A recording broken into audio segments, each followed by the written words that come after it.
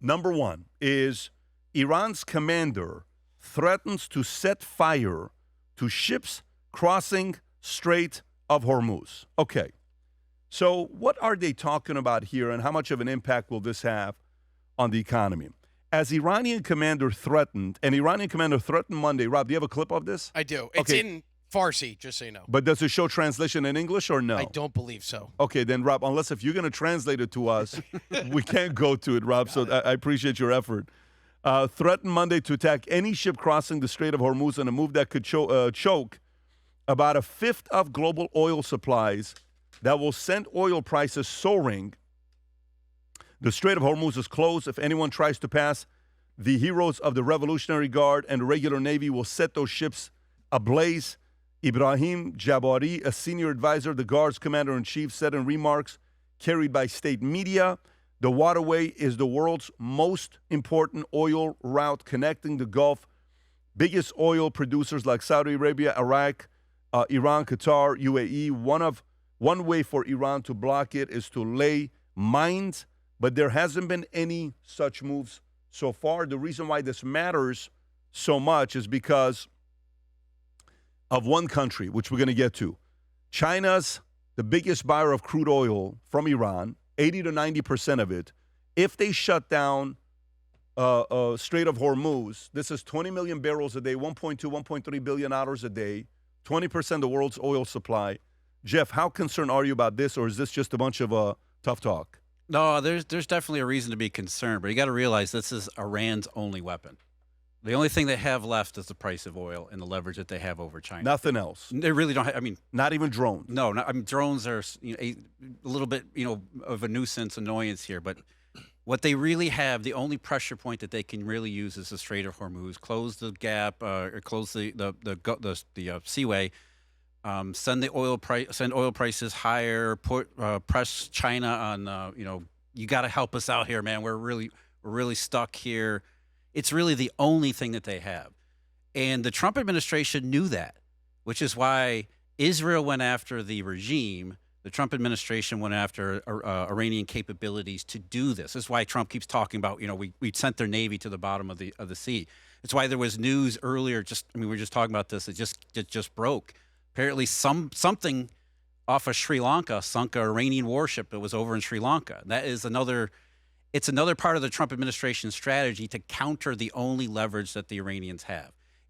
Your threat is to get the price of oil to go up by closing the Strait of Hormuz. We're going to make sure that you can't do that.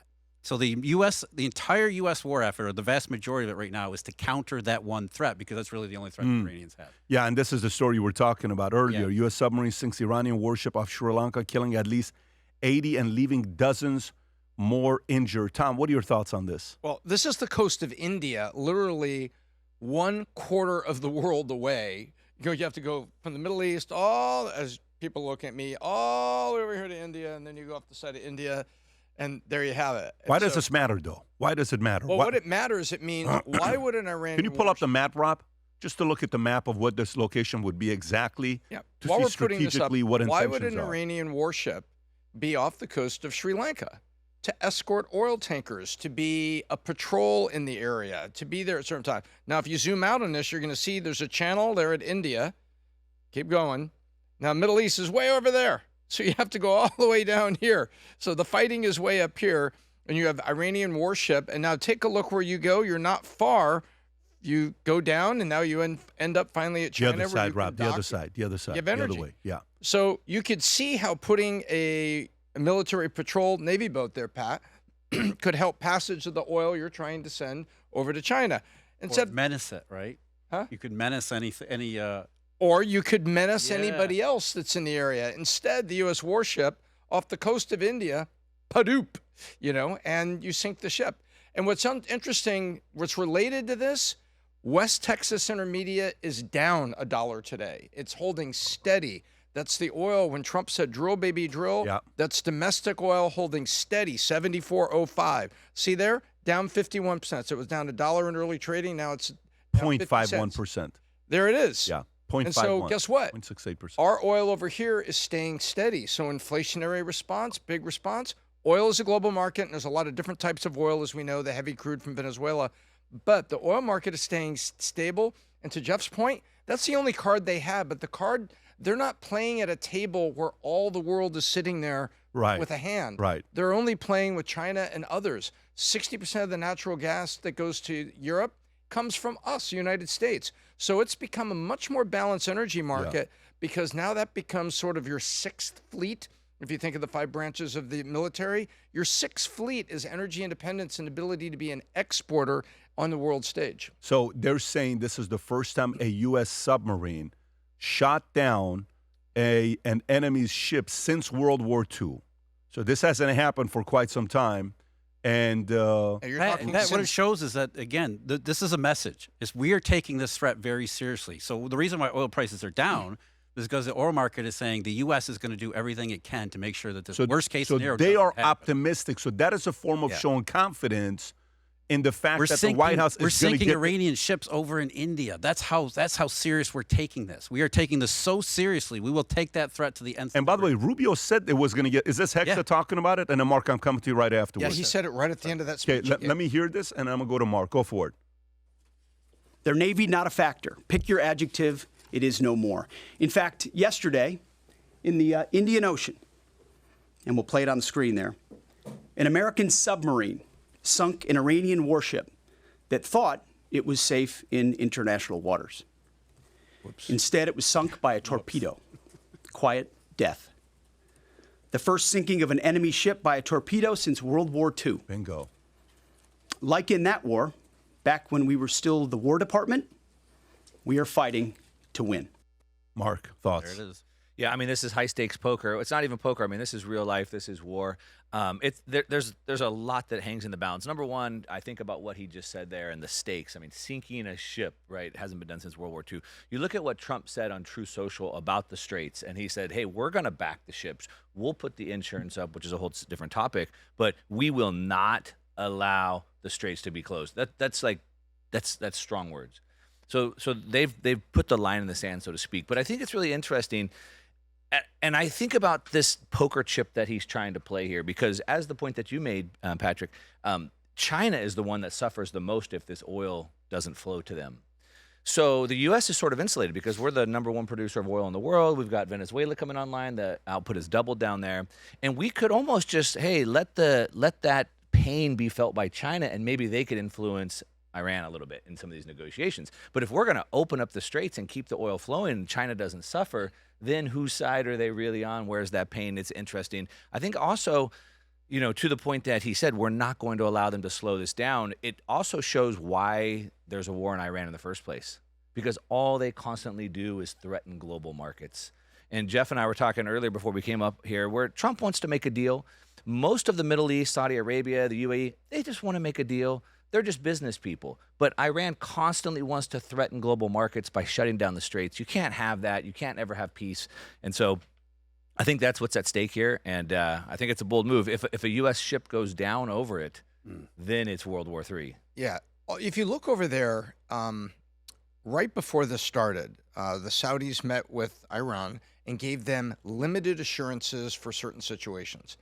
Then Iran starts lobbing semi-accurate missiles, low-grade payloads, over onto these Arab states. And now the smaller Arab states are saying, what the hell are you doing? Yeah. And you've actually hit with a drone one of the iconic hotels that's supposed to be bringing the West to the Middle East. It's safe to do business here, vacation here from Europe. You know what we're talking about, right? Doha. And so they're like, what the hell are you doing? So now the Saudis are backing the small Arab states now after giving assurances. So frequently there's people that are no longer at the card table. There's very few people at the card table with Iran. And I'd like to know how they're going to keep the straits closed for an extended period of time. And I'll tell you why. On February 28th, you had American B-2 Spirit. We only have 20 of these aircraft. It's supersonic, it's lethal, and it flies in areas where there's extreme danger because it's fully stealth. On March 2nd, they were reporting that B-1 Lancers were now flying deep into Iran, deeper than we had flown, Pat, since 2003. Now, why do you fly that? It's not as stealth, but it is supersonic and has a big payload. If the B-1s are flying, it means you've degraded the defense systems on the ground that are surface to air. So, okay. And then yesterday, March 3rd, we're hearing that B-52s. It's a 50-year-old aircraft. 70-year-old. A 70-year-old. Yeah, it's 1950. It's over 50 years old, Pat, and it has the radar signature of a barn door, and you can hear it before you can see it. So if the B-52s are flying, you know what that means? The skies are safe. So I'd like to know how and how long, is Iran going to keep the strait closed, given what we're seeing with American air superiority right now, and what has been cleared out, and what's happened to the Navy.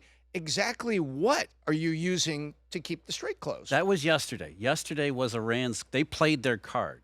The card isn't necessarily military. It's the threat that we're gonna set some tankers on fire. Any tankers that flow through the Strait of Hormuz, we're gonna hit it with a drone. The insurance carriers are going to drop anybody who tries to go through Hormuz. Lloyd's put a 72-hour suspension. Right, and then there was news that other insurance Trump carriers said, "Wait a minute, I'll cover." That's what I'm saying. So Iran played their card. Their card was, we're going to close the Straits of Hormuz with asymmetric warfare, just the threat of it. What Trump did, they had this ready. They knew this was going to be an eventuality. Yeah. So Trump at 12:15 p.m. as oil prices were skyrocketing because of the lack of insurance. It wasn't European international prices. Right. So oil prices are skyrocketing. Trump comes out and says, you know what? If insurance carriers are not going to write insurance on tankers going through Hormuz, we'll do it. The U.S. government using, I forget the name of the program. Can you imagine the boldness and the confidence to say that? We'll underwrite it. Don't worry about it. We got it. Why? The only way you underwrite is why? Because you know what you're going to do. And you're controlling the air. That's unbelievable to be able to say that. And where you were going, if you want to finish your thought, and then I'm going to show the clip. Go ahead and finish your thought. The thought is the Trump administration understands their role here is to guarantee that this is going to work, that they can continue to keep the Strait of Hormuz open. We don't have to worry about the fallout, which is all you ever heard about attacking Iran was they're going to close the straits. Right. Oil prices are going to go to $500 a barrel. But Jeff, again, what I was saying earlier but China suffers the most. So why would Trump want to keep the oil flowing instead of putting some pressure on China to help them in this situation? You remember he's meeting with them. I think they're having a meeting sometime this week. Is it this week or next week? It's also you're putting pressure on China, but also at the same time you're not directly harming China. Right. You're not directly. But I'm saying by guaranteeing you're sort of helping China. So he could say, hey, we got plenty of oil. We don't need. Go ahead, shut it down. There's two things. So the consequences, you have two things in my opinion. One is, if this is a prolonged war, which Iran can do, like it's a negotiation, the other side's like, I got time. Me too. Let's go. Yeah. Say the other guy only has 6 months left. I got 22 months left. By the 5th month, he's panicking. Then he says, hey, let's do a deal. All right, let's do a deal. I think if this drags on, if you got China or American voters and midterms, he's going to go here. Sure. He's going to choose this one. Yeah. So to me, I don't think they want a prolonged war. For those of you guys that are watching this and you're tuning in, I got 2 more stories to do before we wrap up. Remember, this is the biggest request I have from you. 51% of you watch our podcast who are not subscribed to it. You just watch it, consume it regularly, but you haven't pressed that subscribe button. That's very important to us on the algorithm. If you enjoyed this last week, our team has done a great job, a lot of interviews, a lot of different shows. It's a cost.